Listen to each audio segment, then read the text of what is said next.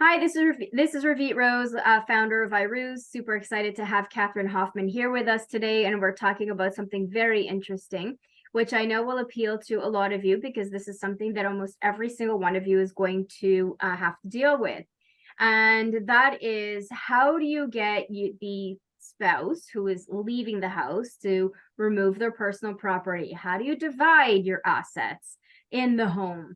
Not monetary assets. We're talking about, the kitchen knives and the mattresses and the towels and, and all the others. So I'm very happy to have Kathryn here with us, who's going to explain to us some scenarios and situations that she's encountered and how she helped them as a CDRE, which is a certified divorce real estate expert. So go ahead, Kathryn, give us some suggestions.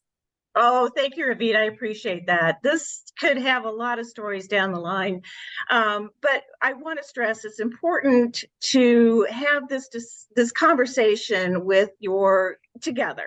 You need to figure out, especially if there's a spouse that's living in the house and a spouse that's living away from the home, for particularly if the home is going to be sold, that the what we call the outspouse, the person that's living outside of the marital home, needs to set a time to come in and identify the property that he or she feels is hers and will eventually be leaving the home. Now, clothes are obvious. And so let's say jewelry and your cosmetics and personal grooming items, that's obvious. But we're talking about personal items such as maybe you bought a sofa and love seat. Is one person going to keep that, or are you literally going to divide? Somebody keeps the sofa, somebody takes the love seat and the chair that blends with it. Those are items that need to be discussed, and they actually need to be written down not in a formal way, but it's a good idea to keep a list so you can refer back to it. Then we come into such kitchen products, if there's pots and pans and glassware and steak knives, which was something my husband and I, it became a little bit of an issue. So, those are items that you kind of shrug and think, well, yeah, that's nothing. We'll agree on that. Well, no, let's take time for, and if you can't stand to be around your house, let's find a time where you can come into the house where the person that is living there is not in the house. And there's times where I've also accompanied that person because it's a trust issue then, where I, as a neutral, am representing the house and the well-being and getting that sold, that I'll be there with the person coming in to just stay. And hopefully it's not more than a couple of hours, or we'll need to make another appointment. But to write down and identify, or even take with those personal items that are already identified as personal belongings, such as clothing and jewelry and such. Okay.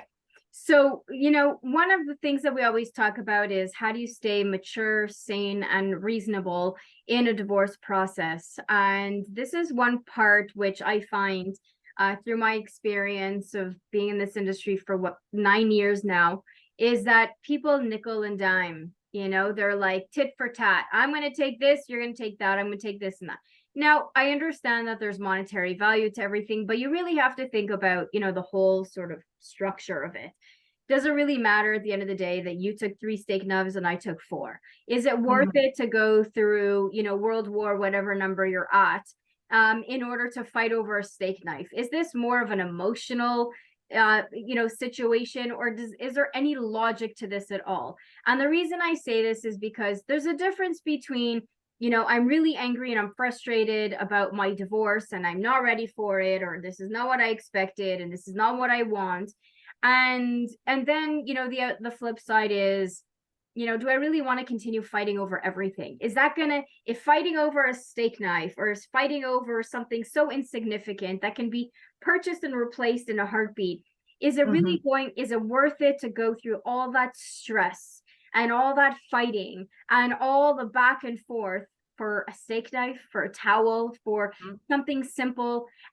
These are things that you need to think about. And one thing that I love is that when you're working with, a CDRE, which is what Kathryn is trained in, you really understand, and she helps you sort of think globally outside of the box, which is something that's very important, Because sometimes when we're in the divorce experience, we're so invested in the stories and that he said, she said, and I took this and she took that, and I bought this and he bought that, that at the end of the day, you're just wasting time and wasting energy fighting over things that can be so easily replaced. So I want you Absolutely. guys, yeah, so I want you guys to think bigger and larger. And this is something that, as a CDRE, maybe you can tell us, give us some pointers. What would be some great tips that we can share with people? Well, the best tip I can do is start early, because everybody thinks that they have a lot of time and that they think they don't have as much stuff as they really do. A place can be a virtual empty house, but it's going to take you more time to pack that stuff up than you think. It always does. That's 100% true. So as soon as you realize that you're going to be getting a divorce and that you're moving down the way, you need to make that plan to get in the house and get your personal belongings out. And even if you don't have a permanent place to stay, storage locker, a pod system, one of those things that sits in your driveway, it needs to be removed from the house. We don't want to wait until the last minute. We can't wait until the last minute, because you might lose your sale. If we don't get this done, and this includes the in-spouse as far as packing things up to be ready to move on closing day, if you have a contract on your home, the person buying your house is expecting to move in at closing day. And if you haven't gotten your stuff out of there, and perhaps there's even a restraining order against you, you need to plan ahead to get in the house, get it out, figure out where it's going to go, whether it's thrown away, and don't leave it for your ex-spouse to do.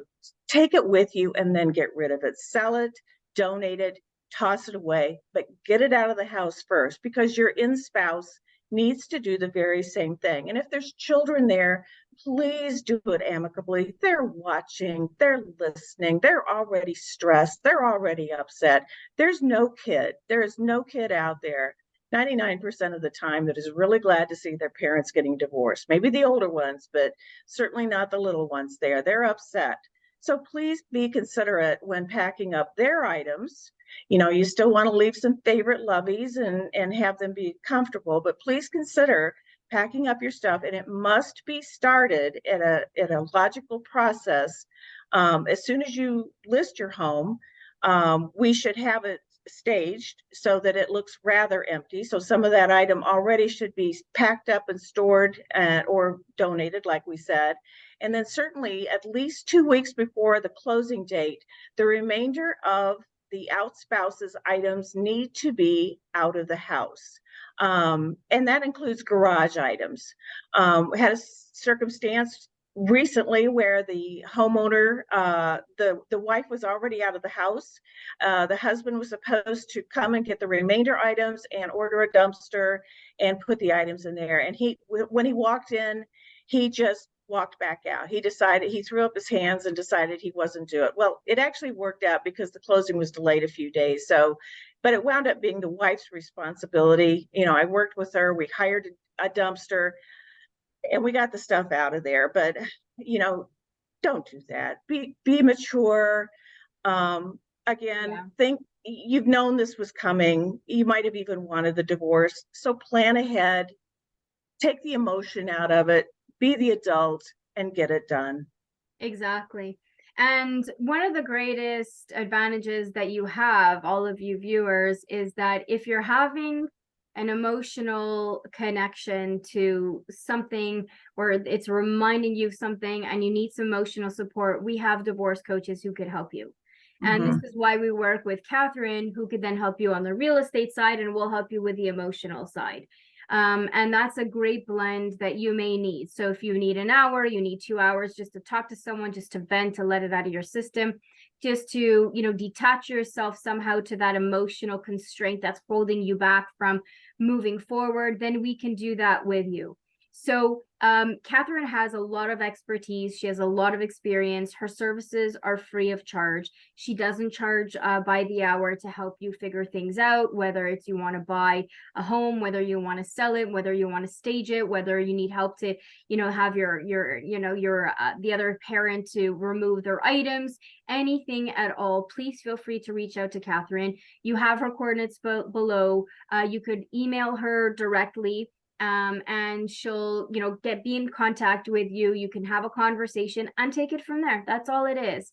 So I thank you so much, Kathryn, for this great advice. These tips, they're super helpful. And for all of you watching, I wish you all a day that matters. Take care.